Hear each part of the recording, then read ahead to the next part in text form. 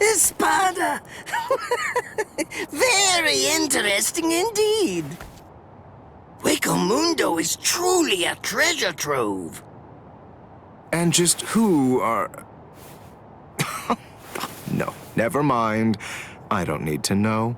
You're just a couple of meaningless insects for me to crush into nothingness. Your names aren't important in the least.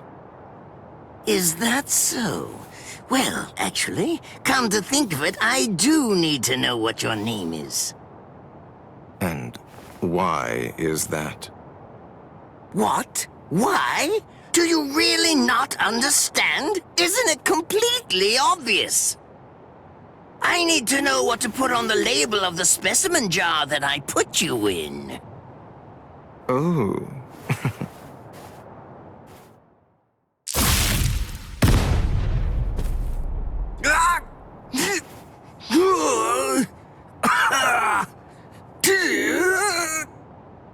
It really is such a shame to see. In the end, even a member of the much-vaunted captain class was completely helpless against me and the power that I possess.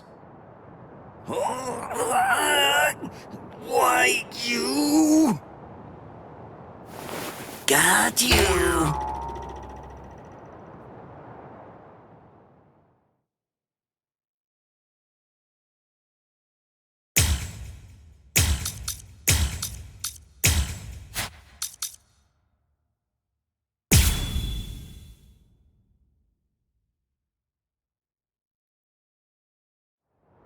What's this? How can this be? You're actually able to stand up? Oh, give it a rest already. I've grown tired of that trick. Just before I left to come here, I replaced all of my tendons and organs with fake ones. No, it's not possible. It hasn't even been an hour since I fought against the Quincy. It's inconceivable that you could have done so much in such a short amount of time. But I did. That's why I'm here.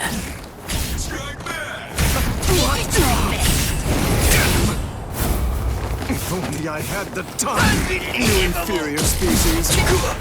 Not hitting me. Ridiculous. Let the research commence. Oh my. Forgive me.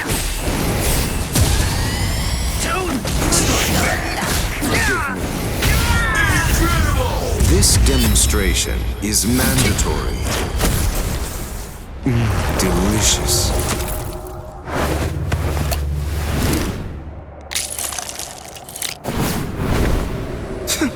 What a boring organ. Got you. Please cease this traveling. Well, how about this then? Besides, at this point, just as easy as strangling a baby. Perhaps you would like this? Did I say you could go? Oh, strike back! You're so predictable. Explode! I'm coming for you. Something like this. I got you. Stop hurting me! If only I had the time. Strike back! Unacceptable. Damn you! How about this then? Besides, at this point, just as easy as strangling a baby. This can't be!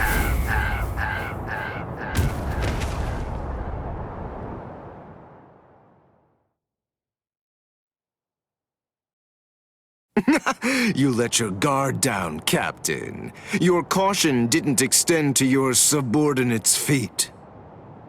I don't think that you really understand this. You see, I'm entirely useless as a hostage. Oh, shut up!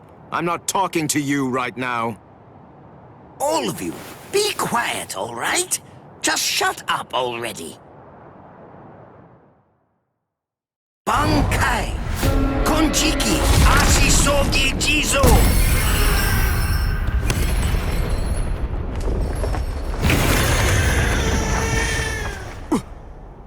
What in the world is that? Where did it come?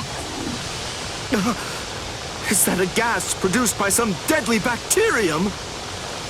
No. I just have to neutralize it, that's all. If only I had more time, I could easily...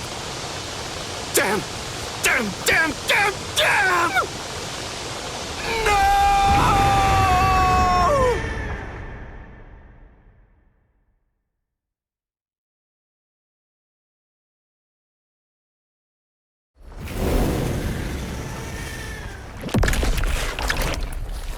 He ate him. Renji, you mean you're infected too? What? Ugh. We've got to find the antidote. Hey, Mayuri Kurosuchi!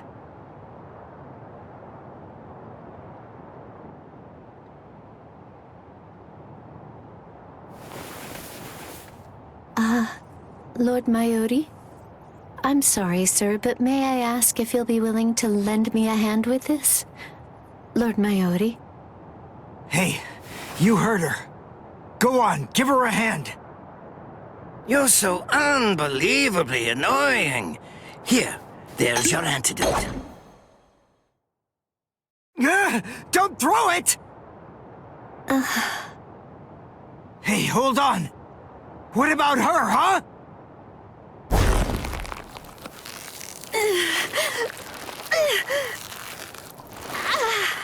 Hey, something's not right.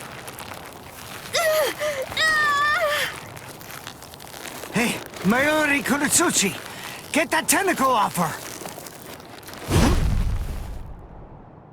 Did you think you'd manage to kill me? That voice.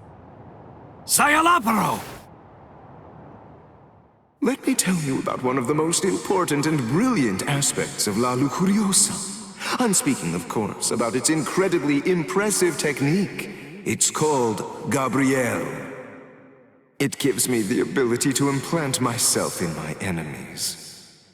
Entering the body of my unfortunate opponent by going through the belly button, I lay an egg inside of them, leaving it nestled amid the internal organs, preparing to gestate. Master... Mayuri... It grows quickly, getting nourishment by feeding on its host, eventually causing her death, and summoning forth my own rebirth. Well then, I believe that we should begin by introducing ourselves to each other again, Mayuri Kurosuchi. Oh. By going through the process of implanting myself in my enemy, I am able to be reborn. Do you get it? What I'm talking about is immortality and perfection. It's not about avoiding death.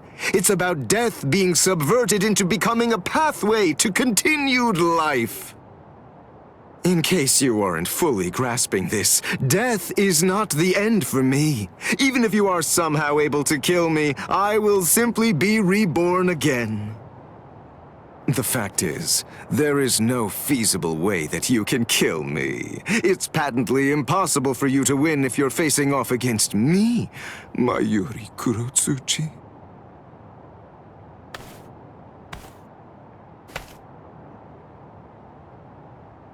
Master... Mayuri... I'm so... sorry... Sir... What's wrong? Oh my, you're much more sensitive than I ever would have been able to guess. How interesting. I like it. What a fascinating ability. It intrigues me very much. So, is this it? What? It seems that your little bag of tricks is completely empty now. Very well then, to wrap everything up, you are going to become a test subject for my new drug. Don't be defensive. The new drug is Already in your system. What? His words are so slow. I previously implanted a number of various drugs in Nemu's body, so that way they'd be ingested by whatever devoured her, if she were ever to be eaten. What kind of drugs? This is the special something that I earlier put in the area where you implanted that egg of yours. Oh, don't be worried. It isn't lethal or anything. Let's just say that it will make you superhuman. I'm sure you've heard people say that when two masters fight, their swords appear to move in slow motion. That is, time seems to slow down for them.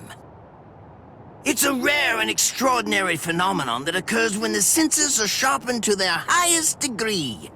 This drug induces a similar effect.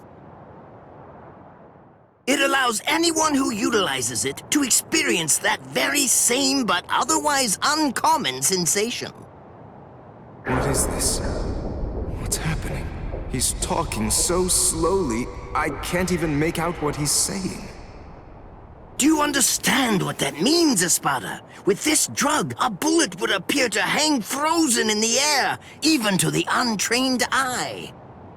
Since you've been transformed into a superhuman being, my normal movements must appear to be so slow and lethargic, almost boring. Now, does this sword appear motionless to you? One brief second will feel like it lasts 100 years for you now. In other words, according to the perception of your now superhuman senses, it will take what you experience as several centuries for this sword to reach you. It's amazing, isn't it? Simply incredible. You can attempt to stop it with your hand, but you won't feel the sensation of the blade penetrating the flesh of your palm for 100 years or more. I am more than happy to explain all of this to you, but who knows when my words will actually reach you?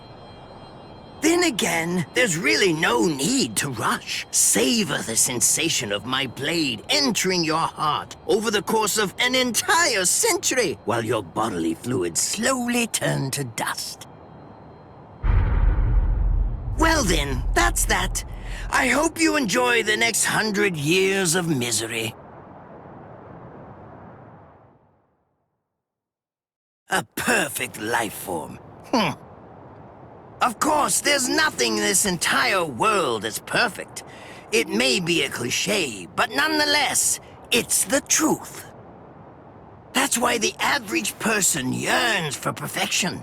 But then, is perfection really something to be desired or sought out? I think not. It's something empty, stagnant. Frankly, I abhor perfection.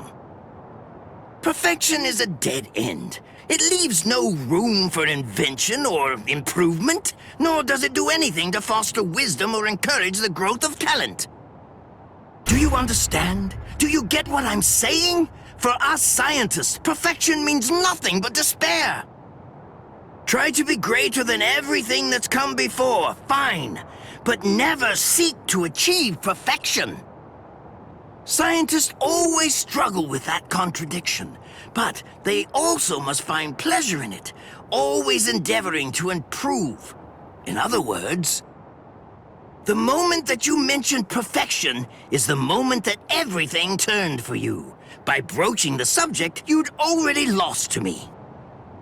That is, if you really are someone worthy of being called a scientist.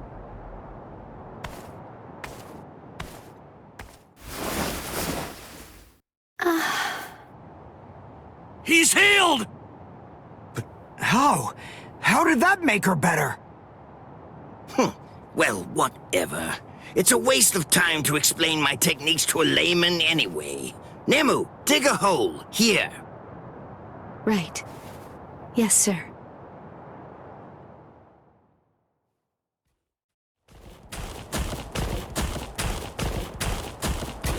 Hold on. A door. In the middle of all that rubble. I don't get it. How did that ever survive? It's not so surprising. When scientists set about constructing a laboratory, we always build one room that's sturdier than all the others. What we treasure most are those things we've crawled to the very edge of the world to collect. This is the room where we store specimens. Whoa. Now, behold.